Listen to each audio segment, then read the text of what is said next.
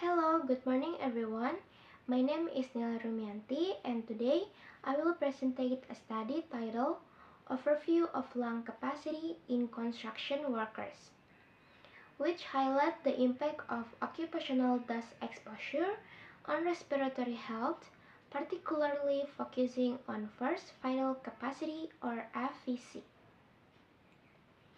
Indonesia's infrastructure growth has led to the employment of over 1.1 million construction workers. However, their daily exposure to dust places them at significant risk of developing occupational lung disease. According to BPS 2020, 70% of workers exposed to dust shown symptoms of pulmonary disorders, while only 30% have not yet shown symptoms. Chronic dust exposure can lead to inflammation, fibrosis, and obstructive lung disease. The aim of this study is to describe lung capacity, specifically FVC, in this high-risk population. Literature review. Several studies support the relationship between occupational dust and lung function impairment, such as Aini and Setiawari 2020 state that FVC is a key indicator of lung function, measuring the maximum amount of air exhaled after a full of inhalation. Hayati et al. 2019 emphasized that even dust levels below national safety threshold can impair lung capacity in construction workers.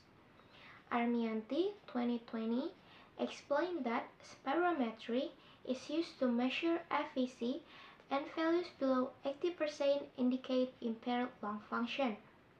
Mutmainah et al. 2019 and Boadu et al. 2023 report a strong association between prolonged dust exposure and decreased FVC in industrial workers. Research methods. The study used cross-sectional analytic survey design, include 100 construction workers who met the inclusion and exclusion criteria. Two instruments were used. First, worker exposure questionnaire to assess their dust exposure level.